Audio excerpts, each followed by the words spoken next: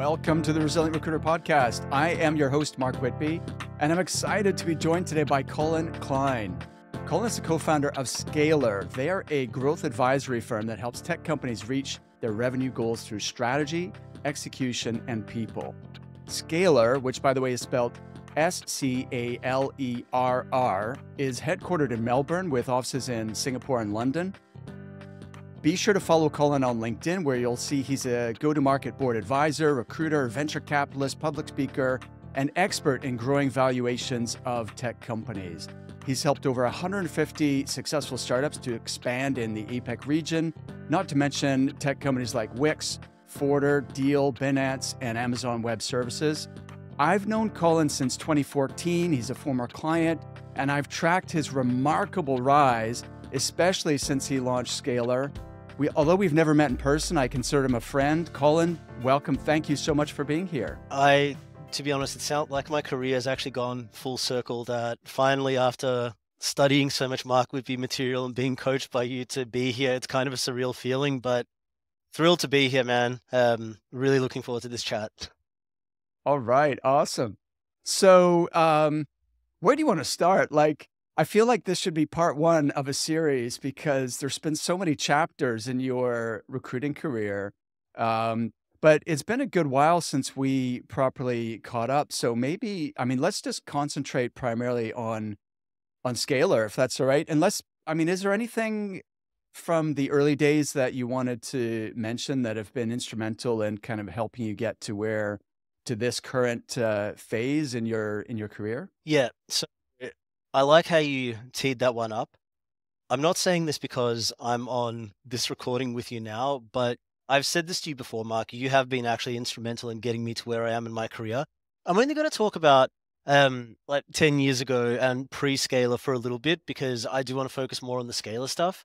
But where I first came across you was when I had just stopped being an accountant. I fell into sales. I fell into the world of recruitment. And I was absolutely useless. I was absolutely horrendous at it. And I must have had like 5 breakdowns and constantly under so much stress. But it's just one of those things where I know that I'm absolutely woeful at this job, but I'm going to give my 100% to try and get myself better, as I'm probably not the first or the last person who went into the world of sales and was absolutely just useless when they first started. That's actually the day that you were introduced into my life.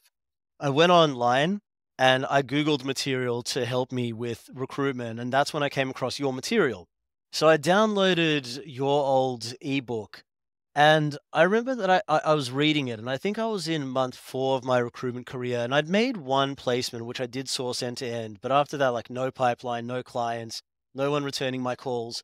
And there was a few things that I read in that book which really stuck with me, and something that I still apply to this day. And I swear, every single time that I started implementing this, my billings would automatically go up. And these were my original Mark Whitby teachings. When you're presenting a candidate, you don't need to send them a resume. They don't need to see a dissertation on the person's life or that their hobbies are fishing and golf. You can send them a LinkedIn profile, and as long as your notes, your bullet points are really, really succinct and how they hit the must-have and the like-to-have requirements, that's the only thing that matters.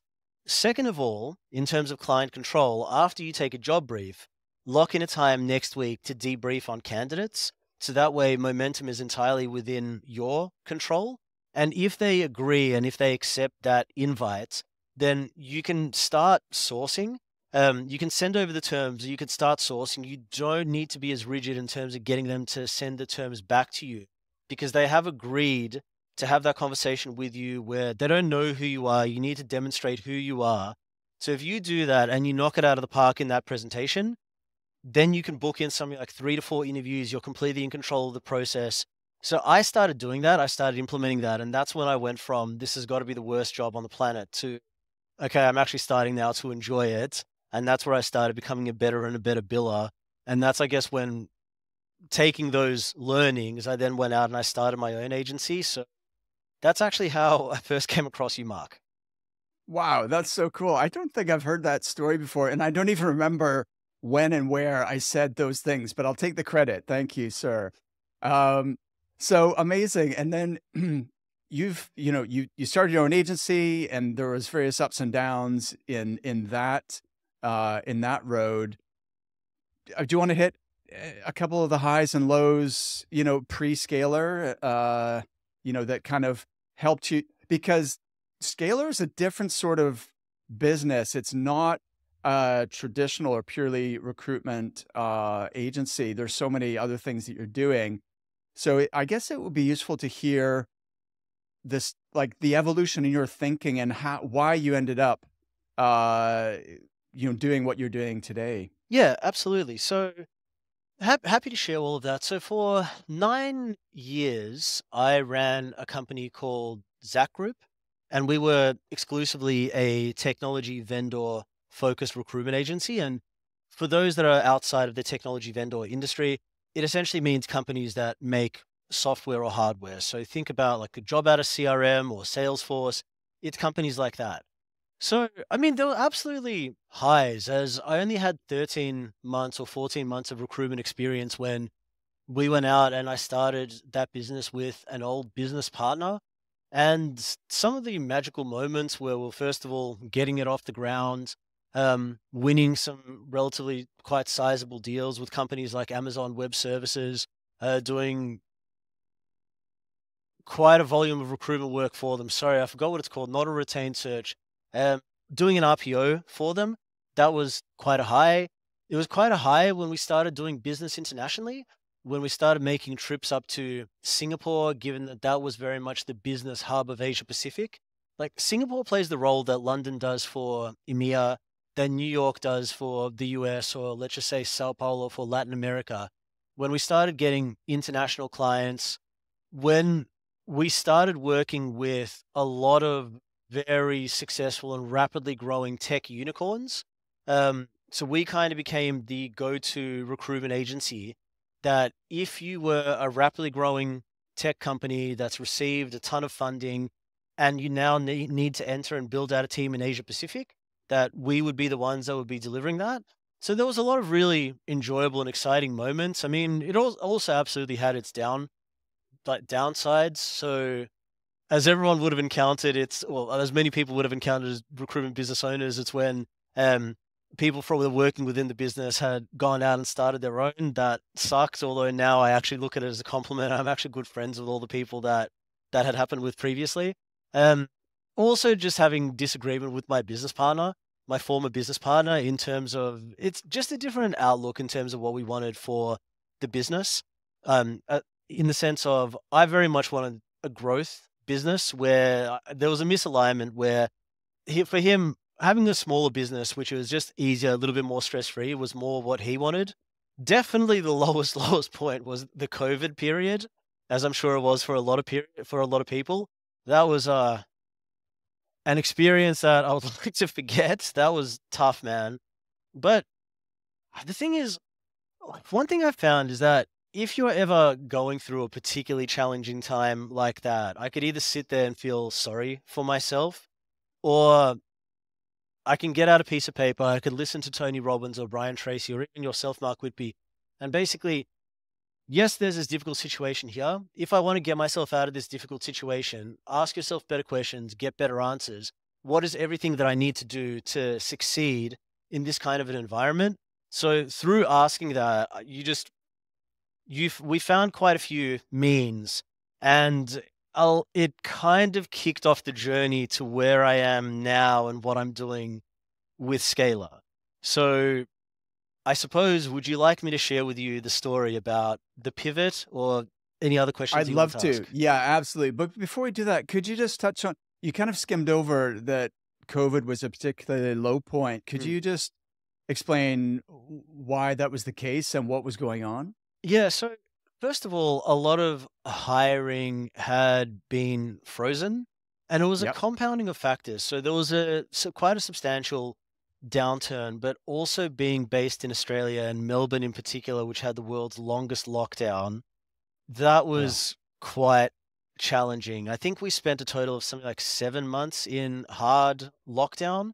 So Wow. not being able to see your staff, also seeing such a big downturn within revenues, And we had actually considered winding down the business. But if we did that, we had a lot of staff which were on visas, which meant that they would have gotten deported out of the country, but they weren't actually able to get back into the UK.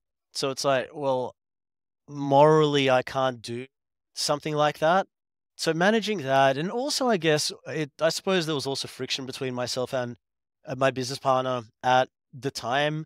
So going through some challenges there, going through a major, major downturn where the business is losing money hand over fist, being sort of stuck in this very unpleasant circumstance where we're perennially in lockdown, and you can watch some of the footage from that time in Melbourne. It's pretty crazy. But my wife was pregnant at the time. I know that I need to then provide for a little one. I also need to keep this business afloat because I need to be able to help to provide for the people that are working within the business. So it was a huge amount of pressure at a very, very difficult and stressful time. And that was arguably the most stressful thing that I've ever gone through. Mm. Colin, I think it's worth a lot of recruiting firms within tech are, I mean, it's nothing like COVID, but they're in a similar moment now where they're experiencing a slowdown in hiring, for example, and they're experiencing that level of stress. Could you speak a little bit? How did you manage that level of pressure, that stress, and then find a way to, to come back from that and do something constructive and positive? Yeah, absolutely. So there was a few things that happened. Number one, ask yourself better questions, get better Mm, answers. And I started right. asking myself questions in terms of how do we, instead of worrying about how do we stay afloat, how do we actually grow and do well during a current global economic downturn? So I started asking myself, okay, if the market that we specialize in, it's technology vendors that are entering Asia Pacific, and our means of go to market, it's ringing up these hiring managers and cold calling and email marketing. Who are the other companies that, or other businesses that have got access to companies that are doing market entry into the Asia Pacific region? So that kicked off our partnership program because from that realization, it's okay, government entities.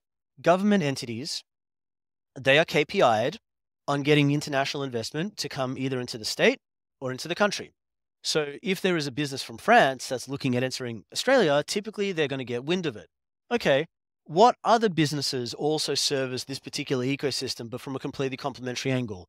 Where there's law firms that do that, there's accounting firms that do that, there's technology associations. So as an example, like the FinTech Association of Singapore or FinTech Association of Australia, these are member-based organizations. Not for profit, but they are also KPI'd and having new members coming in, and they've got very good relationships with various other organizations globally where they get wind of which companies are looking to be able to come into the region. So how can we help the government, help these sort of organizations, help these law firms and accounting firms? And that's where we started building out our partnership program. So sometimes I would know if a company is considering coming into Australia, so I would refer that to the Australian government. But then other times, Australian government or a state government would know that a company is interested in coming in. Now, they can't go out there and do the business development to close deals for them. But they can bring me in to speak with them and I guess explain how you would enter Australia, how you would do it in a really, really lean way. And we started doing the exact same thing. And we just thought about it from this perspective. If a company works with the exact same target customer base that we do, but from a 100% complementary angle, the people that we're typically working with in those organizations, it'll usually be a partner manager. What is a partner manager KPI'd on? It's bringing on board new partners. Typically, that's the KPI. Okay. So if I know that a partnership manager from government is KPI'd on having new companies enter the market, well, then if I want to get them on site and build a relationship, just give them what they want. Hey, I know these 5 companies that are considering market entry into Australia. I'd love to facilitate some introductions for you. And because you're adding value to them, people tend to reciprocate. So we started doing that, and we started doing it across a range of different companies as well as government bodies. And from that, we started getting quite a few leads then coming our way. So whilst everyone else was struggling for work, we were actually getting referred a substantial amount of work from governmental level, from other technology vendors. So that's how we kind of created an inbound lead funnel. So that was one of the big turning points in my company. And I suppose that turning point was particularly in the way in which we did business development.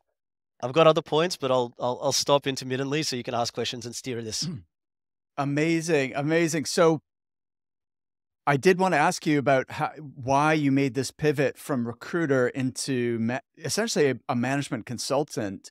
And it sounds like that was the sort of beginning of that shift, Yeah. right? In terms of thinking about how you do business development. And then, but in doing so, you became much more than just a recruiter, didn't you? Because you're actually, you know, uh, providing a critical role in helping companies to expand within APAC. So how did that develop from there? Yeah, absolutely. So I remember I remember all of this very, very well.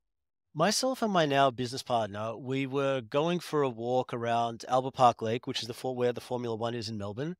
And we asked ourselves the question of why? Why do these international tech companies, rapid growth businesses that are going for a NASDAQ listing or really well cashed up, why do they ask for our help? Like, what is the core purpose about why we're servicing these businesses? And then we were also thinking about our buying personas because we don't really deal with talent acquisition or HR. Like most of the time, it's actually working with the CRO or the founder or head of global growth or something like that.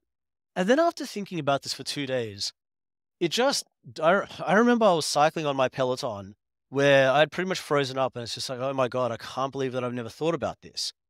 The reason why is all tied to valuation. Now, forgive me if I'm going to go into some tech and stock market lingo, but just bear with me Go because for it it. explains quite a lot. Yeah. When in the world of technology, if a company can get traction in a new international market, it grows the valuation of that business in the eyes of investors because it shows that this is now a globally scalable business model. So, what we pieced together is that the vast majority of companies that we were working with, the reason why they were expanding into Asia Pacific is because they needed to get traction and customers here before they went for an initial public offering on the NASDAQ.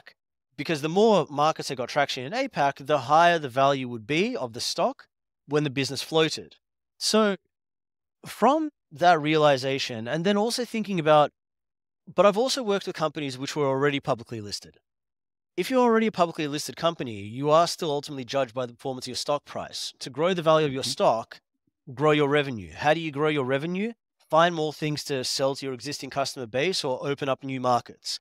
So everything that we were doing in international expansion, it all was tied to the valuation of a business. So we were helping companies to grow their valuation for 10 years. We just happened to be delivering it through the model of recruitment. And I've never thought about the situation this way. Then from that thinking, and this also coincided with me starting to invest into a lot of the companies which we were recruiting for, because that made it really fun and exciting when you're actually reading their financial statements and yearly investor presentations, and you actually know the company's roadmap for the next like 3, 4, 5 years. You sound like an absolute expert when you're speaking to candidates. So I just became genuinely really interested in it. And again, ask better questions and you get better answers. So if what we're doing is we're helping companies to grow their value because they need to do a new capital raise, they need to achieve certain milestones, or they're looking to go for an initial public offering, well, recruitment is extremely important. Hiring a first person on ground, it's all very, very important. But there's an entire series of activities which takes place before a company is ready to do market entry into a new market. What are they? Typically, it's a business needs to validate and prove that there's paying customers there, or there's partners that can support them, or they can get some assistance from government. Because what I've seen in my time as well, and this is also one of the reasons why we pivoted from working with so many companies, I realized that there are some businesses that enter the Asia Pacific market and they're there for 2 years and then they ended up pulling out of the APAC region and closing up shop. But then there's other businesses that entered and were just wildly successful. What is it that made those businesses wildly successful? So I'd worked with companies like UiPath. I'd worked with companies like Amazon Web Services, with Deal, which is one of the most successful businesses I've ever seen. And from doing that, you start learning playbooks and you start learning that success leaves clues. And there are certain ways in which companies expand that de-risks it, validates it, gets traction. They do it in a lean and sustainable manner, and then they grow and scale.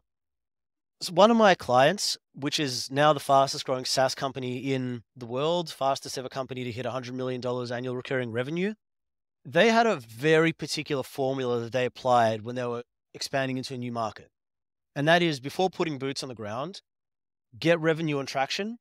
How do you do that? Get channel partners, businesses that sell to the same customer base from a complementary angle, because then you know that you've got people that are prepared to help you. You've got some potential customer referrals. You've got some traction. It's been validated.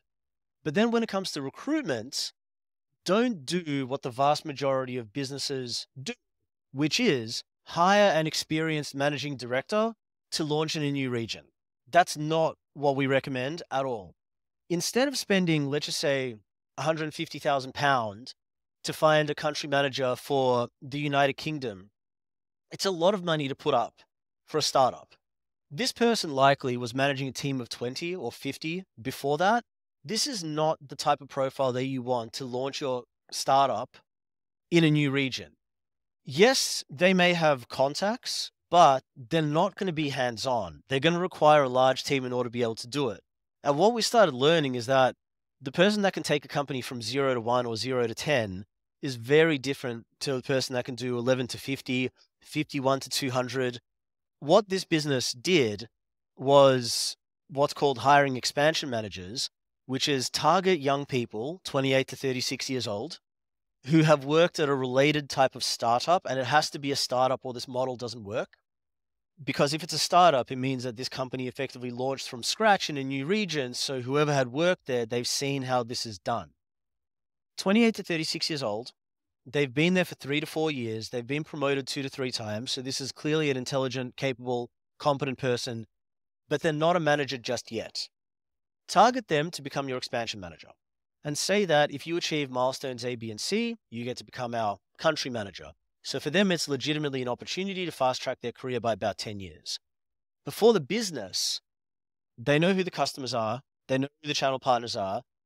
They're not reliant upon contacts because contacts are finite, but they know a playbook, and a playbook is infinite. And it costs about half or 1/3 of hiring that experienced managing director. So how do we then tie all of this together? One, I became an investor in companies. So I realized how important it is for startups and startup founders to keep costs down.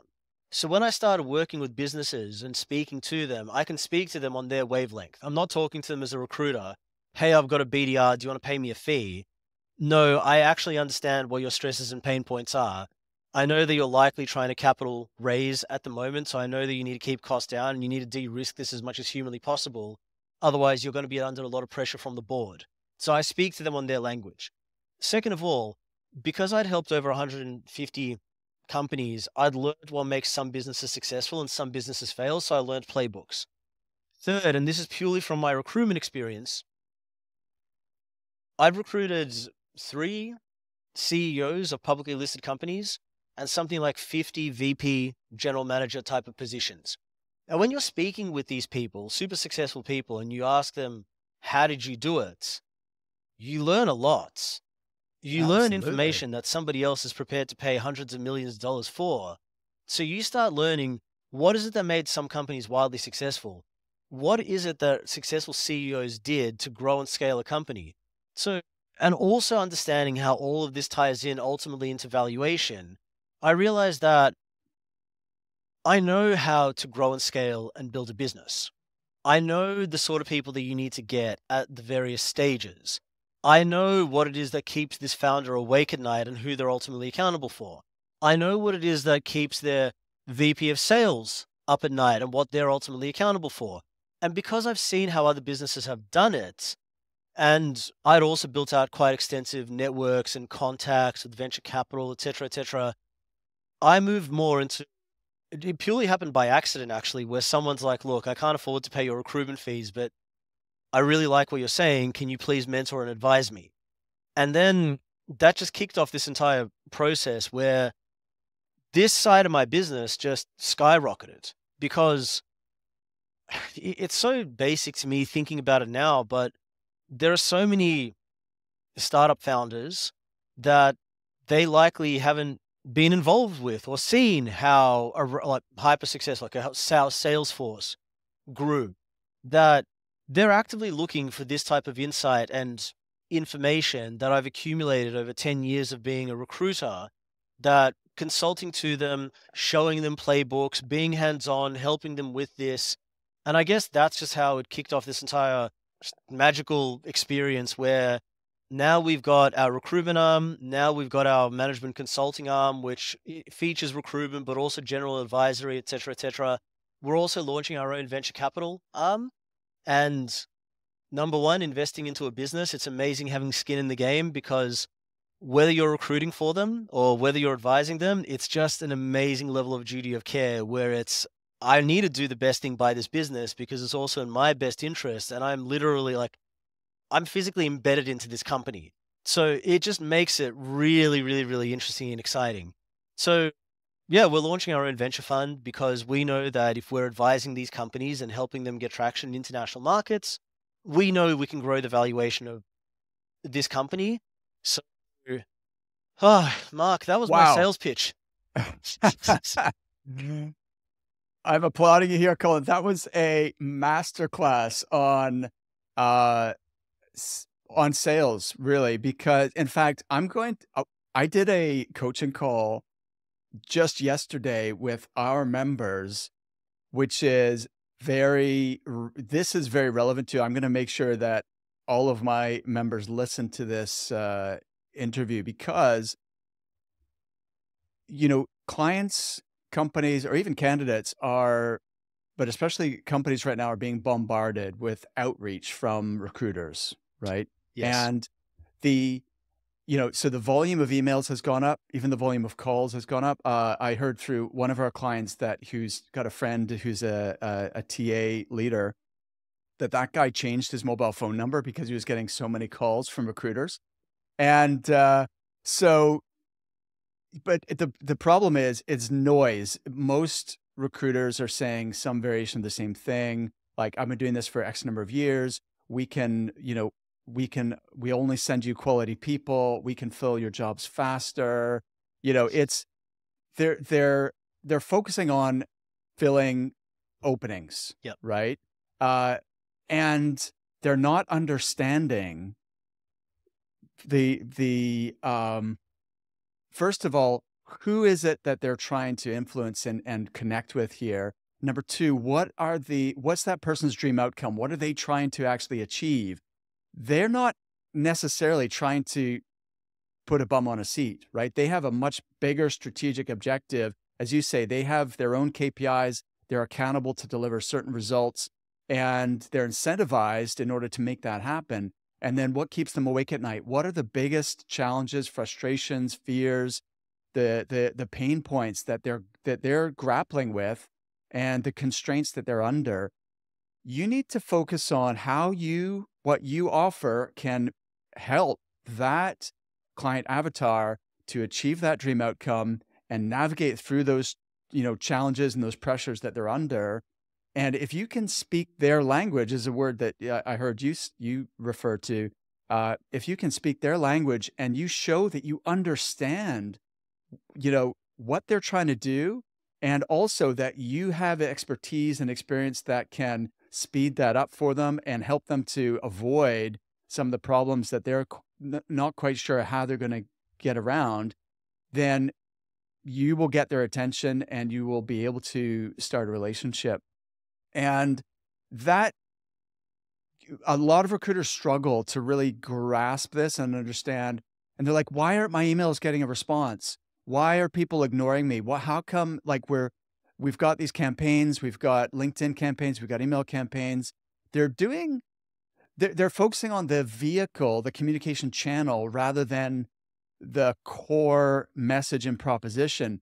And, it doesn't almost matter what vehicle, what channel you use. If your message is wrong, there's no point in scaling a message that nobody cares about, right? So you need to almost go back.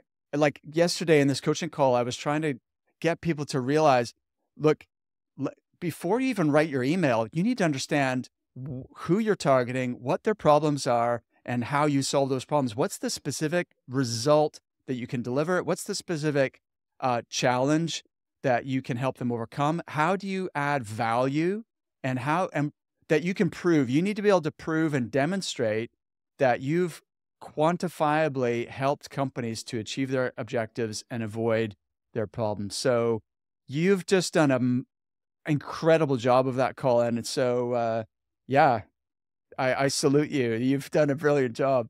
Thank you. So where did things go from there? Once you've had this kind of like epiphany and you've stripped everything back, you've pivoted in terms of what you guys actually do for your clients.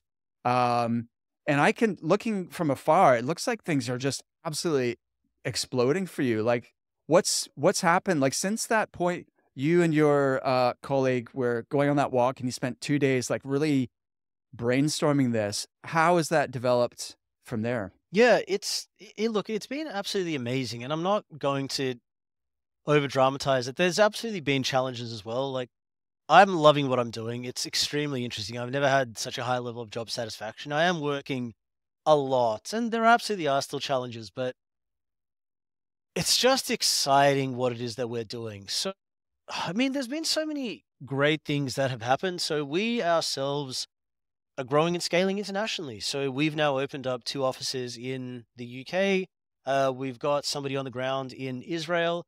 I'm currently in Singapore because recently we launched in Singapore and I got my visa approved. So I'm moving to Singapore. We also we've got an entity over in Tokyo. So it's pretty much all systems go from the perspective that we want to develop a global footprint because we exist to scale companies. And I know that this is excellent product placement. And you mentioned before about the name. And yes, Scaler with 1R, the domain wasn't available. So that's how we've got the 2 Rs. I like it. But we exist to help to scale companies. So if we are also in multiple markets and we know exactly how to do it and how to make this as stress-free as humanly possible, then we're a living embodiment of everything that we preach. And it's just been awesome, man. Like some other really interesting things. And one thing which I actually want to say, a lot of what I was speaking about before, I did actually take inspiration from one of your interviews, Mark. I can't remember the gentleman's name, but there was a gentleman in Texas. He was a recruiter in oil and gas, and he had an incredible story about how he just completely turned around his life and just exploded his recruitment business by just providing a lot of value add. And by virtue of that, he just networked and met with all the right people because he constantly was aiming to, how can I help people? How can I help and add value to people as much as humanly possible? And it opened up a lot of doors, which is something that also the recruiters miss because it's, hey, I've got this candidate, as opposed to, how can I actually assist this person to reach their target goals? But then I don't even know where to start. Like, it's been incredible in terms of we're now getting picked up for media appearances. So look, Mark, I am acutely aware that, So not to quote Liam Neeson, but I've got a particular set of skills. I am not a great manager, but I know that I am a comfortable public speaker and I enjoy doing that kind of work and interactivity. And it's just been really interesting. Like, I've been requested to do speeches in the UK, in Singapore, in Australia. I've been featured on radio. I'm getting a television appearance shortly. It's like awesome. that was also deliberate. That's actually another learning that I took away from yourself when you were speaking to me about how to do branding and marketing. And I guess I looked at the people who I thought were really, really good at branding themselves, particularly on LinkedIn. Now, they were all for slightly different industries, but I kind of boiled it down. Okay, what is this person doing? Let's study it, and then success leaves clues. And then I just started testing various concepts, and then I started figuring out what it is that my audience likes to hear. And then, look, I inadvertently became the public face of my company, which opened up even more doors and opportunities. And look, some of the things that have transpired since, it's just been amazing. Like, I basically met the guy who invented the self-driving car. I've Wow. actually going to be doing a podcast with him. Fascinating guy. And I'm going to be working with several of his startups. We're advisors to 5 venture capital firms globally, including 2 very significant VC funds internationally. Like, I can actually keep on going because there's been some incredible achievements that we've had so far, but rather than tooting my own horn, it's, I guess, just from thinking about it in a different way, instead of how do I keep a recruitment business afloat, to how can I add value? How can we dominate even in a downturn? What is it that other businesses aren't doing? What are some hyper successful companies doing? Like, how do I add more value to my audience beyond speaking about recruitment? Um, how do I gain PR? How do I gain brand awareness? And just from asking yourself better questions, you start getting better answers. And it's just kicked off this incredible upward spiral and trajectory in the business where, yeah, it's just been awesome, man. Colin, I'm so happy for you. Like, you absolutely deserve the success that you're experiencing now, and I know the journey you've been on, and the, you know, the highs and some of the real lows, and I'm just thrilled for you. Um, so it's what you're describing sounds like my dream job. Like you're the leader, you're the visionary, you're the public face, you're doing, public speaking, but in order for you to do that, and you've kind of got the, the vision, the Yeah. mission, and the kind of story of Scalerr that you're taking out into the market, and you're having a bigger and bigger impact. But in order for you to do that, you need a team Yep. who are actually going to be able to deliver on the promise that you're making to the market, right? And so, can we talk a little bit about, because this is a huge challenge for so many recruitment entrepreneurs is, they've got they're aspiring to, to scale and to build something, but you also need to, keep the lights on, pay the bills. And that really just means like doing deals, making placements. And, so how have you created this team around you so that you can concentrate on what you do best, what your unique set of skills are that you mentioned? Uh, because without them, you wouldn't be able to do what you're doing, right? No, I agree 100%. And I just wanted to state something, and I really wanted to emphasize this. My business partner, Matt Borthwick, I couldn't be more grateful to somebody in my life. Like, I love my business partner. He's one of my best friends, and just his skill set is so complementary to mine. I am not a people manager. Matt is a people manager. Matt is a very, very good recruiter. He came out through, I guess, one of James Caan's academies, and you were referencing the term visionary. So for those that are familiar with Gino Wickman's traction, because I'm guessing that's why you cited that, Yeah. I'm the visionary in the company, whereas he's very much the implementer. So Yeah. I wouldn't be anywhere. This wouldn't work if I didn't have Matt. So you've got 2 founders that are very well aligned, that share a similar type of passion. And look, I found that, so Matt actually left from Australia, moved back to the UK for family circumstances. And at the time, that was actually a bit of a hard adaptation. But then it's like, look, do you know what? We've always aimed to go global. So we're going to make this work. And again, figure out a way, make it happen, and it's been really, really good. But then the people around us, look, we've got an awesome team. Our general Hey, manager, Colin, sorry, yes, just before you dive into that, I wanted to pick up on a couple of points. One is I need to give a shout out to Leanne Jones Hunt, who is my number 2 and very has been absolutely instrumental in allowing us to grow our company for the exact same reason. I'm definitely the visionary, and she is the implementer, as you put it. But so hugely complementary, and there's no way I would have been able to achieve what we have without her. So I can totally relate, Colin, to what you're saying.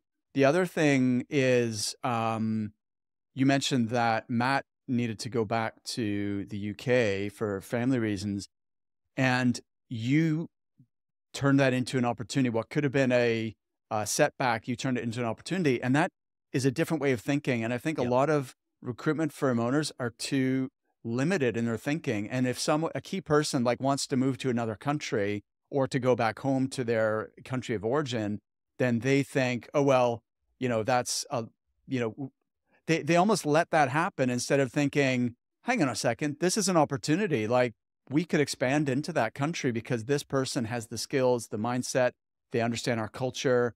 You know, we could export our way of doing things to that new region, which is sounds like what you guys have done. And now you've got a base in the UK. Yep, correct. And it again, it's just a different level of thinking. It's yeah, we lose someone who's very much the heart and soul of the business here in Australia, but it now means that we've got someone who's so entrenched, ingrained, believing in the mission that we're doing, that this is a beautiful opportunity to take our business model from Australia's a relatively small market compared to the United Kingdom, to be able to build it out in the UK and go for the dream that we've always had, which is to grow the business across multiple geographies, to be able to provide that dream for our customers. So it's like, look, do you know what? Let's take this opportunity and let's make it happen.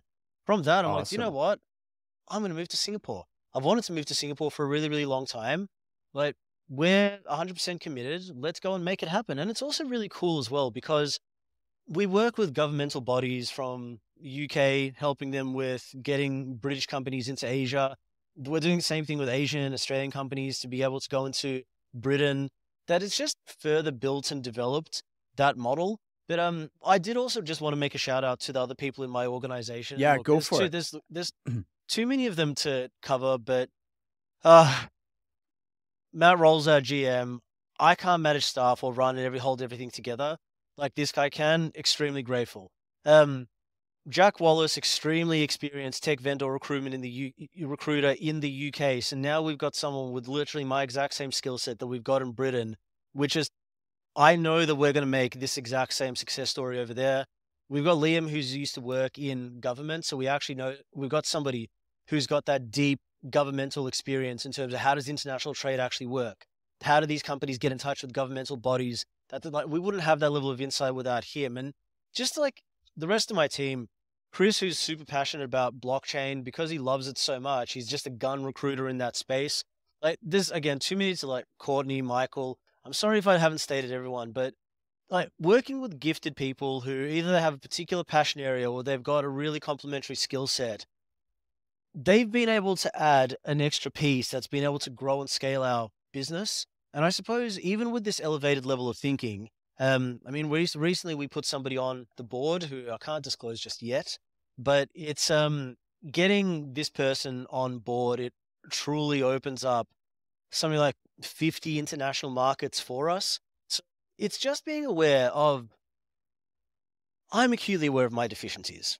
I know where Yeah, I'm strong. I likewise. know where I am woeful. And knowing exactly where the gaps are and being able to identify the people to bring on board that can help us to plug those gaps and the people that we can bring on board. Okay, if we're a 20-person business, how do we get to a 50-person business or a 100-person business? So knowing how to get those people on board, knowing how to make it an attractive proposition, um, I guess that's just another skill set that we had learned, which I then tied back to recruitment because when I'm advising my clients, I legitimately know how to do that. I can look objectively at their business and say, you're currently a 50-person business.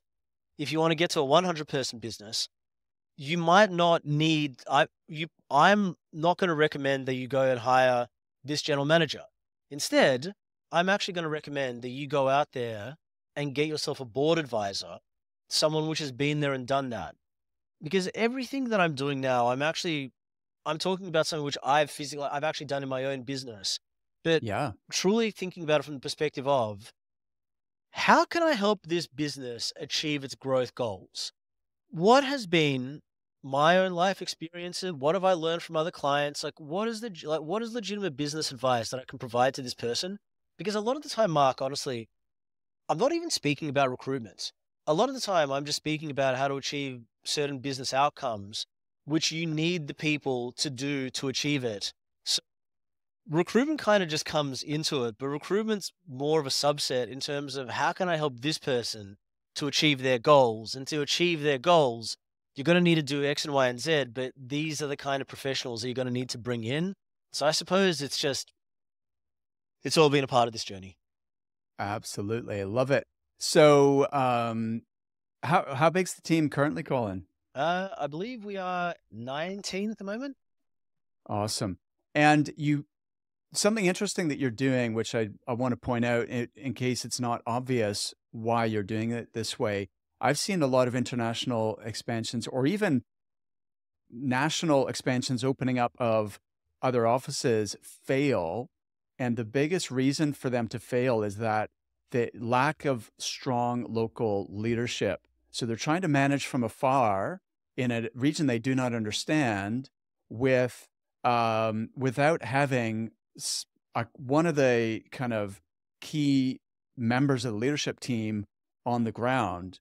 So what you've done is you've sent a missionary to the UK, right? Someone who is like going to evangelize for you over there. Someone who's like steeped in your culture, your mission, who's like lives and breathes Scalerr and knows why you've been successful in Melbourne and is going to export that expertise and replicate it. And in any local market, you have to tweak and adapt certain things. You don't change your values, you don't change your mission, but there are cultural differences you need to adapt to.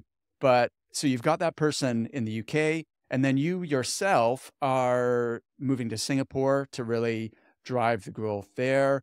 But you've already built the infrastructure with a general manager and a strong team in Melbourne. So that gives you the confidence to know that Australia is going to continue growing, even if you're not physically there. So really, really smart.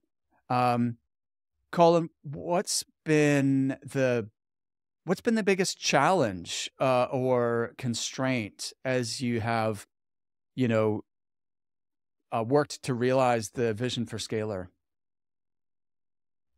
Not enough hours in the day. Like many entrepreneurs will do and make this mistake, trying to do too much of it yourself. And I know there's going to be a lot of people listening to this podcast that know exactly what I'm talking about. Not realizing when it's now time to start delegating things out and bringing somebody on board to do that, not knowing when to give up control and relinquish. There was a great book that I read called The E-Myth Revisited, and it spoke about the difference between a technician business owner to an entrepreneur, whereas an entrepreneur is someone which creates systems that run without them. Otherwise, if you're physically the technician, like that's not an entrepreneur. It's very, very different. So I've started doing this now where we brought somebody on board. He's an absolute legend. I'm very, very happy that we've got Paul, who comes from a consulting background. And we've started delegating out quite a lot of the work that we're doing now in consultancy. So we're building the systems and the framework around that because we have to. Like, if we don't have those systems and frameworks, like, we're just not going to grow and scale as a business. Like, this is what successful companies do. This is how they do it. So it's not knowing when to have done that sooner, but mate, it's part of it. Like, you learn as a business owner.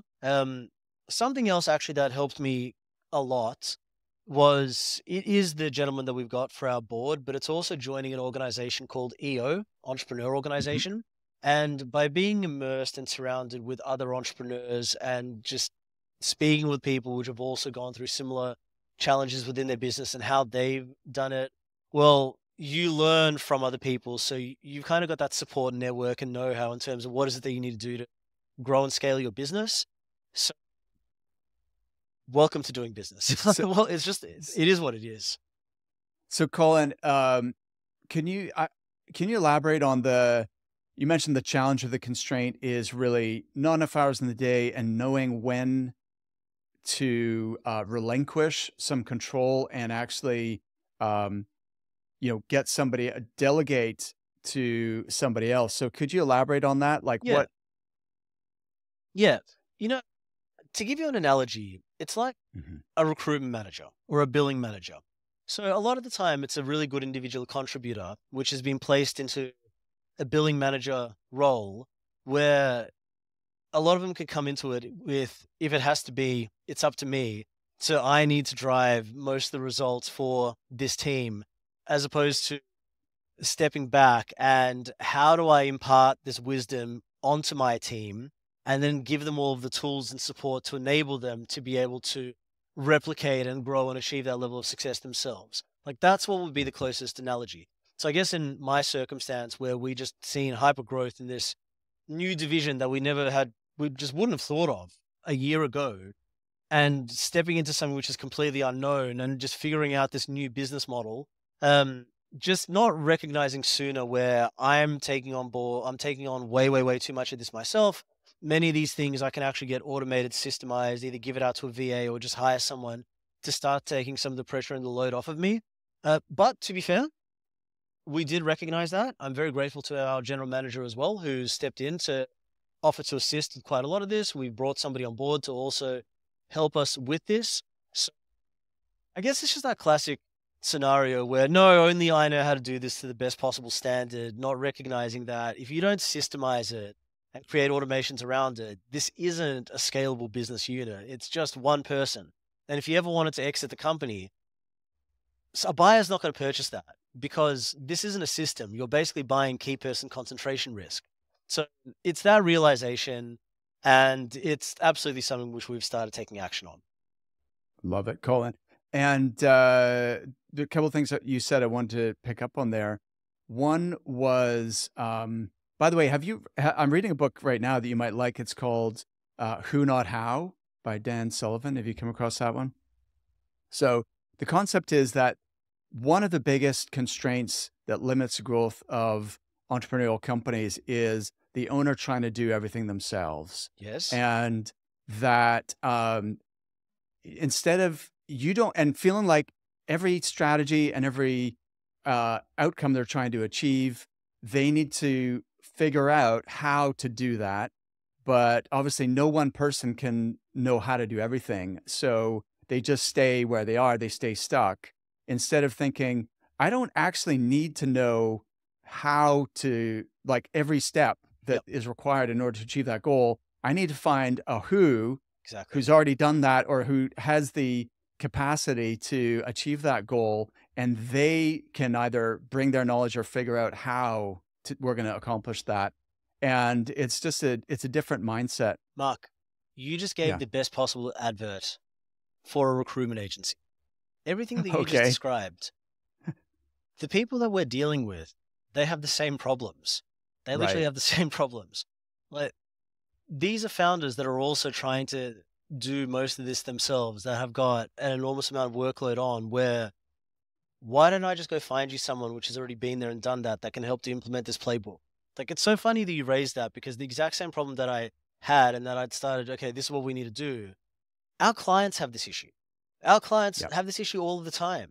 So our job is to help them to identify the people that can help to solve those issues for them. And that is what a tremendous amount of the value is in recruitment. And that's why it's so important to actually understand, how does your client's business operate? How do they actually make money? What is it that keeps a founder awake at night? Who are they beholden to? It's typically shareholders. Why? What is it that keeps the general manager awake at night? Like, what is the skill set of this founder? Are they a visionary? Okay, if they're a visionary, then they lack having someone there which is an implementer. This business can't grow and scale without that core cog there, which you can articulate and explain to them based on either our own experience or the experience of businesses that we've worked with. It's everything that you stated there, applying that to our clients. It's magic, and it's needed, it's appreciated, and it's something that they actively want your help with. Amazing. Colin, I'd love to understand a little bit more of the mechanics of your growth. And what I mean by that is, a lot of listeners may be looking at you going, wow, like what Colin's built is amazing, but I can't see the path from where I am now to where Colin is. Like, what were the key milestones or critical hires that allowed, because it's almost like you're on a upward spiral right now, like a virtuous cycle of success. But there's those key moments where things feel difficult and where you broke through. Like, since you launched Scalerr, what would you say were the 2 or 3 leaps you had to make in order to get to where you are now? Diversification of our in diversification of where our leads came from. So as opposed to Okay. solely relying on outbound, also Yeah. having partners that would bring them to us. Got it. That foundational understanding of what it is that is keeping our clients awake at night, how they make money, how their businesses actually operate. Yeah. Also becoming an investor in many of these companies and understanding it at genuinely not a people level, but a business level, a Yeah. valuation type of level, and being able to hold that level of conversation. People want to speak to you. And I think Yeah. the other one is us creating our own flywheel instead of being solely Say reliant more. upon placements. Mm. Well, it's a flywheel and it feeds itself. So consultancy work feeds into recruitment. But then from consultancy work that we're doing and helping and opening up doors for these businesses and potentially landing deals and speaking to partners, if they close those deals, then we take a percentage of revenue from those deals closed. So now we're making an additional stream of income. So we've created we've actually now created multiple revenue streams that are all feeding into one another. And then because you're going out there and you're helping these companies and introducing them to potential channel partners or customers, as opposed to contacting a business, hey, I've got a candidate. I'd love to introduce you to this business. I think there's a lot of mutual value add. And then you start speaking to them and introducing yourself and building a relationship. And more and more people know you.